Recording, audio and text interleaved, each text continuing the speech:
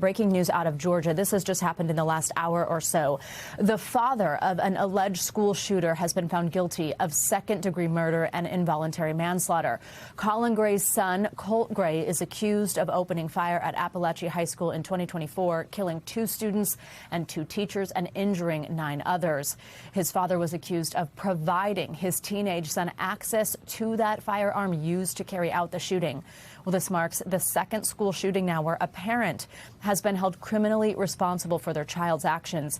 You may remember in 2024, James and Jennifer Crumbley were both found guilty of involuntary manslaughter for a mass shooting committed by their son Ethan at Oxford High School. That was in Michigan. Let's bring in NBC's Aaron Gilchrist. He has been watching this verdict unfold. Aaron, tell us more.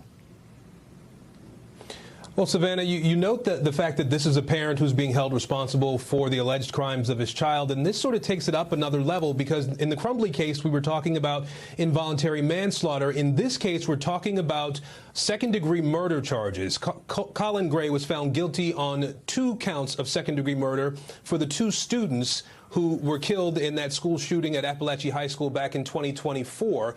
And this case is sort of unique because there were also charges of cruelty to children. And in order to convict on that second-degree murder charge, you had to convict on the cruelty to children charge in this case. And really the narrative that prosecutors used as the sort of umbrella narrative in their presentation over the course of 2 weeks and 60-plus witnesses was that because Colin Gray gave his son a weapon or gave him access to a weapon that he knew could be used to hurt people, and that he knew his son had exhibited signs over the years, warning signs, if you will, over the years that he could harm someone. In giving him the weapon, despite knowing that information, he was guilty of cruelty to children. There were, I think, 18 counts of cruelty to children, to include students, other students who were shot but not killed, to include students who were in the classroom where the shooting happened and traumatized by it. Many of them testified in the early days of this trial about the trauma that they experienced, about the injuries that they had.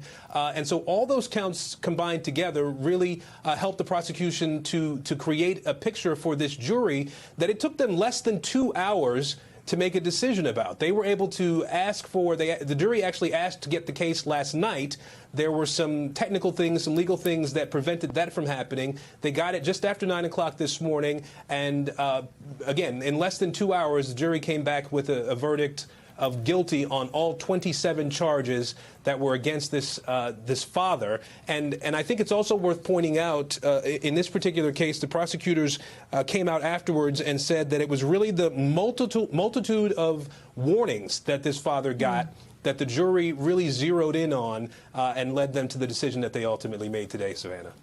Maybe something we continue to see more of as a essentially second of its kind case convicts a parent. Aaron Gilchrist, thank you very much for your reporting here. We thank you for watching, and remember, stay updated on breaking news and top stories on the NBC News app or watch live on our YouTube channel.